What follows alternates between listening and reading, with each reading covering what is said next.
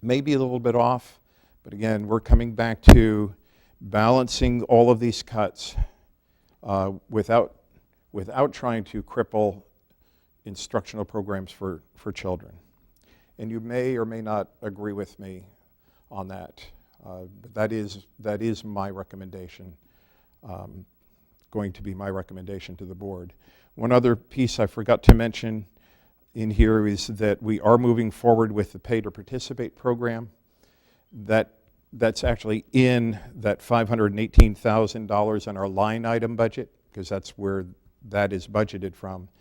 But we do anticipate saving about $140,000 by collecting fees from students on the Pay to Participate plan. So that is being rolled out. One other small thing that I would ask that you think about. We literally did a room-by-room survey 2 years ago of electronic appliances, and we found just a huge number of refrigerators and coffee pots and microwaves, not just in the teachers' area, but in classrooms as well.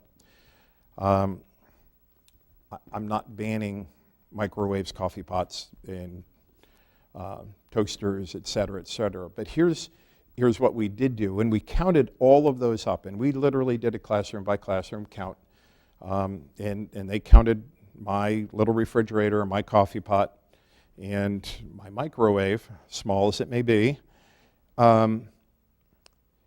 We asked the question, if we eliminated those and just went to the appliances that come with the building in the planning areas, how much electricity would we save? And the amount is $30,000. Now we're going through our budgets, finding $500 here and $2,000 here and $3,000 over there. We have a $30,000 savings that if all of us that have those things were just a little more judicious, we could save up to $30,000. So I'm asking you, as a school, to have that conversation. What do you want to do? Does everybody need their own coffee pot, their own microwave, and their own little refrigerator? Or can you get by for a year and unplug it? Voluntary, we're not mandating anything. If you need them, by all means, use them. But if you are going to keep them and use them, I'm going to ask that you unplug them when you aren't using them, because even plugged in and not on, they still drain electricity. But I really am inviting all of us, including me, to find ways of reducing that number. So, my commitment is I'm giving up my microwave and my refrigerator. I'm not giving up my coffee pot. But I think all of us can help out a little bit with that if we put our mind to it. All of these savings that I've just given to you totals approximately $5 million. Our thought, all of us that worked on this, was that if we worked together and collaboratively, and we did, almost all of these recommendations, with the exception of the CFEA president, the cell phones, and the reduction at the center schools, all of the other recommendations we reached consensus on as a group. As 56 very different human beings, we agreed to these.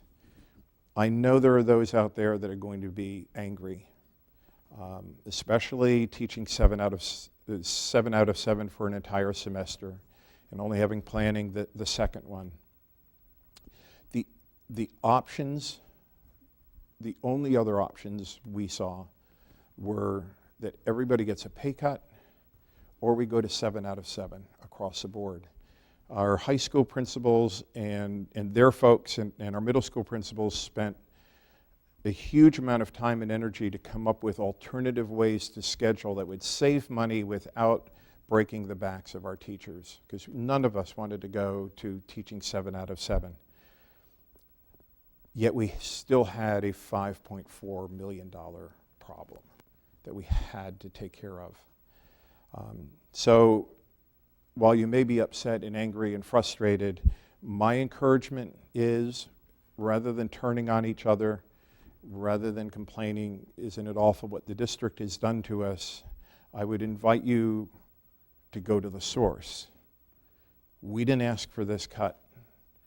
We didn't ask for the cuts from last year. They were given to us through a lack of funding on the part of the Florida legislature.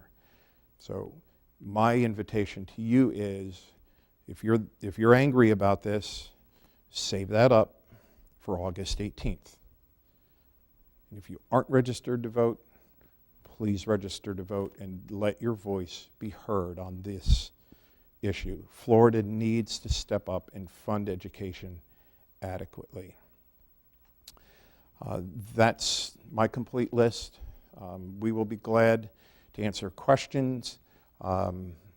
Patrick is best equipped to answer teacher questions, although we can help out. Bobby and Chuck Richards can help out on the support side.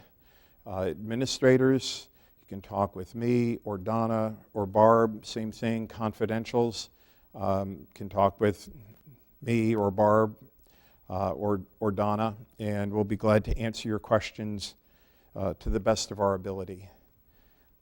I am not declaring a reduction in force. This is a unit loss. All of these cuts are part of the allocation formula being modified to build in these reductions. It is our hope that we will find places for all of our folks.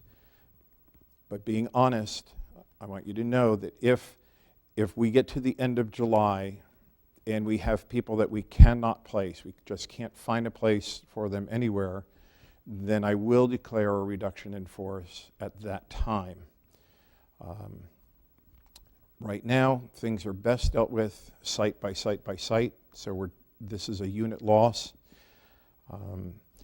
We are hoping that on the teacher side, that the early retirement incentive is going to encourage some of our senior faculty members to take that retirement incentive at this point, leaving our first, second, and third year teachers to stay and hopefully have a long career here in Charlotte County.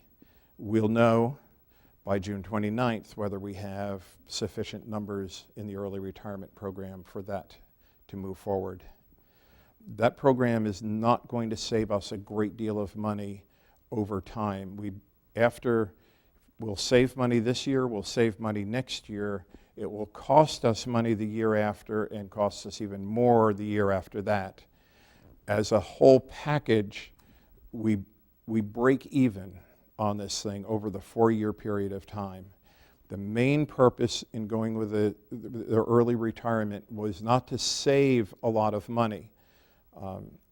It really was so that we didn't have to cut a bunch of teachers just starting their careers, that we felt that there may be enough folks near the end that they would jump if we gave them an incentive here toward the end of their career. That's all I have for you today. Nobody feels worse about this than I do. It's been one of the most difficult things I've had to do. Last year was tough with that $10 million. But this year, with all of last year's cuts, this was really, really difficult. I do want to thank our Budget Advisory Committee, our principals, our directors, my staff, for the hours and hours and hours and hours that we put in on working on this. We tried to spread the pain out across the district in a fair and equitable manner. And I'm hoping that we have done that. That's it for now. I know there will be a lot of questions. Again, go to the sources I mentioned earlier if you have any questions. Thanks for listening and thanks for your patience.